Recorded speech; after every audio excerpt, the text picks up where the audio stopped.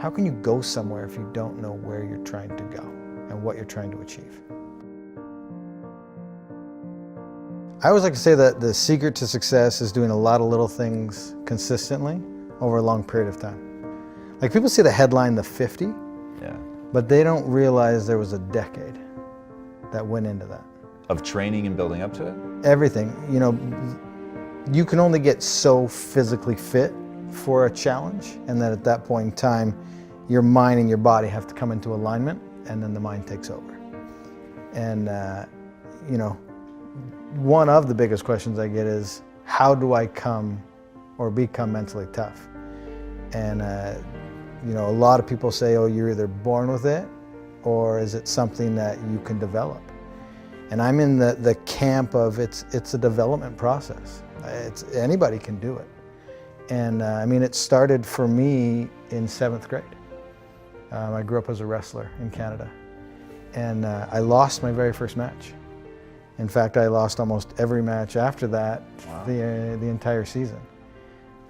Why'd you keep going? Yeah, I just, you know, I'm the type of person that I don't love to be defined by those moments. It was like the 5K that I huff, or the 4-mile fun run. I don't like the word fun and run together. But either. Yeah. How many people do you see running around smiling? Yeah. But for me, I don't enjoy those moments to define me, and I wanna overcome that. And so I would wake up and study the sport and show up and you know, that you always hear, show up early and stay late. And I really did that, and by the time I hit my senior year, I went undefeated. Wow. And it's not because I had any talent, it's because I was willing to show up. And so for me, that's where it starts. Everybody always says I have bad knees. And I say you have bad knees because you don't run. And because that guy right there in that stadium that couldn't get up and walk after his marathon shouldn't have gone on and did what I did. Which means also that I'm not talented or gifted. It was a process that I went through and figured it out. I was obsessed with that not being my defining moment, right? A marathon was the pinnacle of running at the time, and I only gave myself 5 months to get ready for it. And I coach full time now with athletes, and one of the biggest things I try to get people to do is back down off the inspiration and let's build a foundation. Because having a giant goal is phenomenal, and you should. But as long as the time frame associated with it has the proper balance.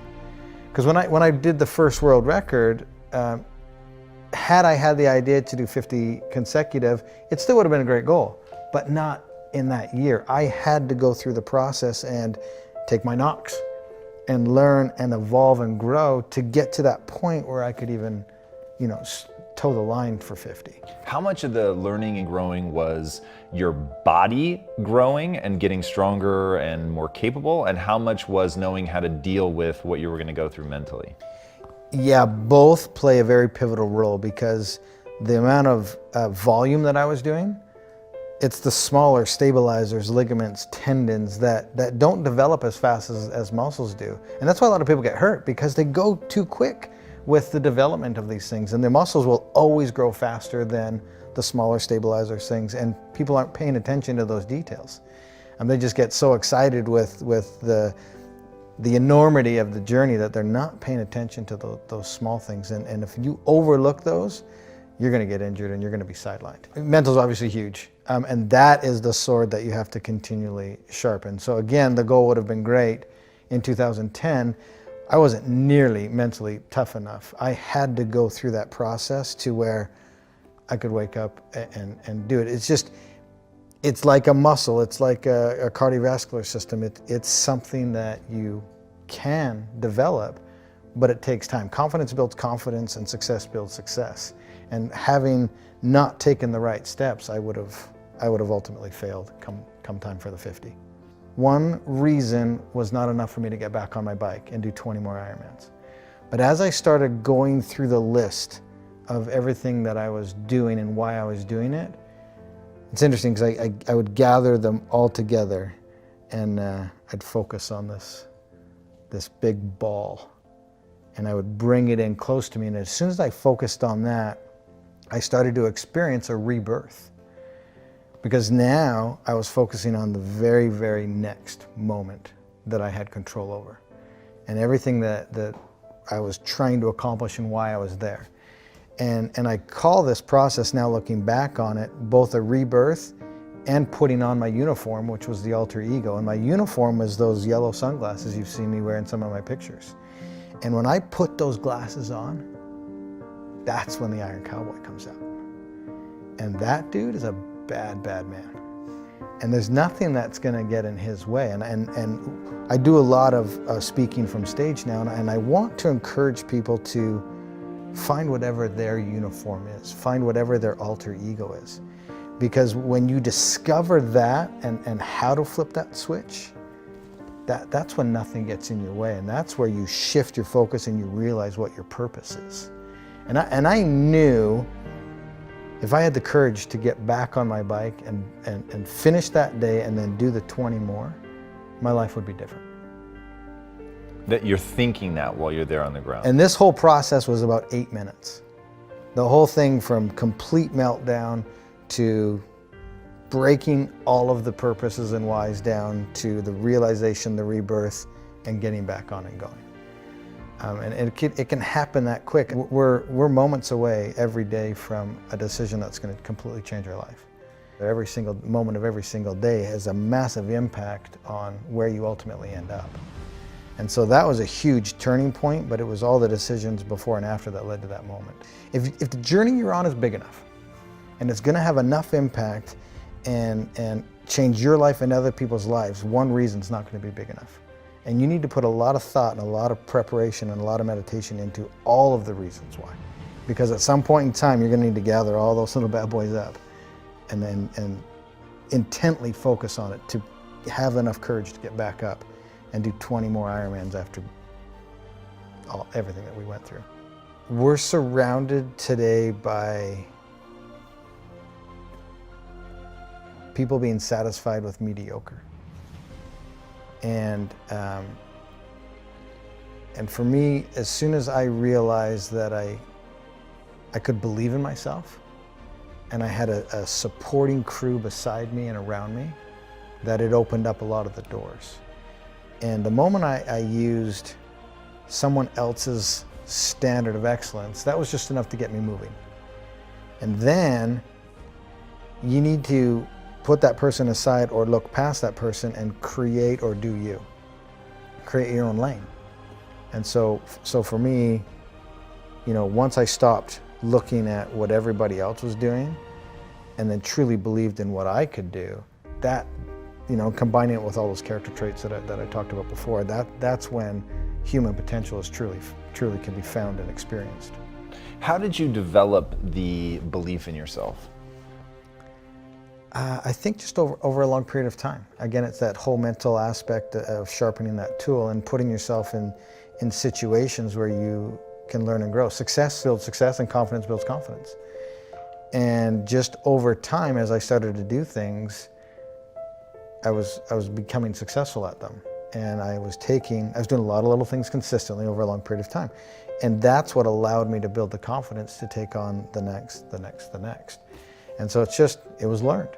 It was learned by doing and taking massive amounts of action. You have to immediately act and go after it. The only thing I'm trying to do is to get people to open their minds as to what is possible. We're living in a day and age where we're limiting what we think is possible. We're getting in our own way. And my thing that I want to get people to do, and you've probably heard somebody say it before, but motion creates emotion. The hardest thing to do is start moving, engaging. Once you start to move and engage, you realize two things. One, it's not as scary as you thought it was. And two, you actually start enjoying what you're doing. It was the only thing that was scaring you was the first action. Dude, I'm just like every ordinary dude that's out there. I just have learned to put myself in the game. I've learned to show up every single day. The moment you realize the next step isn't going to kill you, and that next step is the first step to evolving, changing, growing, and learning and becoming literally the best version of yourself, that's the most beautiful thing. It's not going to kill you. And putting yourself in the game, you're giving yourself an opportunity to achieve something that everybody else said was impossible. What do you say, or as a speaker, what do you say to somebody who they don't know what they want? I've got a friend right now who's massively struggling, and it's the exact question I asked him. I said, what do you want? What's your passion? What are you trying to accomplish? He could not answer the question. And so my next question was, this is what you have to do first. You have to find out what you want and where you want to go. Then we can start formulating the plan. You can't formulate a plan and figure out the steps unless you know where you're trying to go. You'll just spin around in circles and probably move backwards. How can you go somewhere if you don't know where you're trying to go and what you're trying to achieve?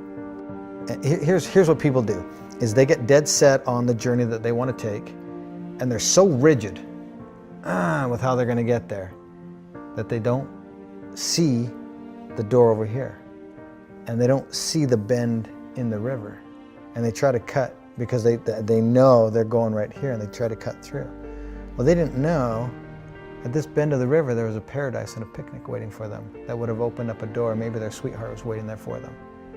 Don't be so rigid with how you're going to get there, because that's how you're going to discover what your passions are and who's supposed to be on your journey. And that's how truly you're going to discover what your passions are, by showing up every day, digging, grinding, hustle, whatever you want to call it, and being open to all the opportunities. Yeah, for sure. One thing I've learned is I can't change anybody. They have to be in a space and ready to do it and do it for themselves. And so for me to hold somebody to my standard, I think is somewhat unfair. Now, I hate excuses. I hate entitlement. I want to hold people to that standard, but it's not fair because they're on their own journey, and I'm not living from their perspective. Everybody's heart is different. And for me to judge somebody else to my standard is unfair because I don't know where they are in their journey. And they could be at the beginning stages, and it would have been unfair to judge me at 24. 41 today. I've learned a lot and I've grown a lot. So my standard at 41 is different than my standard at 24. So if I'm trying to hold a 24-year-old to my standard, probably not realistic. Maybe I'm cautioning people that are listening to take a step back and to understand, take a minute to understand what that person's heart possibly is and where they are on their journey in retrospect to where you are on your journey. That's really, really insightful. I love that a lot. And knowing what somebody's heart is, I think is, I'm going to use that. That's really, really interesting. What is the impact that you want to have on the world? Man, the impact. I am not here today to change anybody. And we just had a good conversation about people at different times of their journey. And for me, I literally just want to have people understand that you have to move to start feeling something. And if you move and start feeling something, you're on your way to the best version of yourself. And the impact that I want to have is just to have the ability to get you to live outside of the existence that you're in and to open it up to what's truly possible. And if I can just get people to understand that you're in your own way and to open up Pandora's box, per se, then you'll truly find what your limits are. And I hope that you don't find your limits, that you exceed your limits.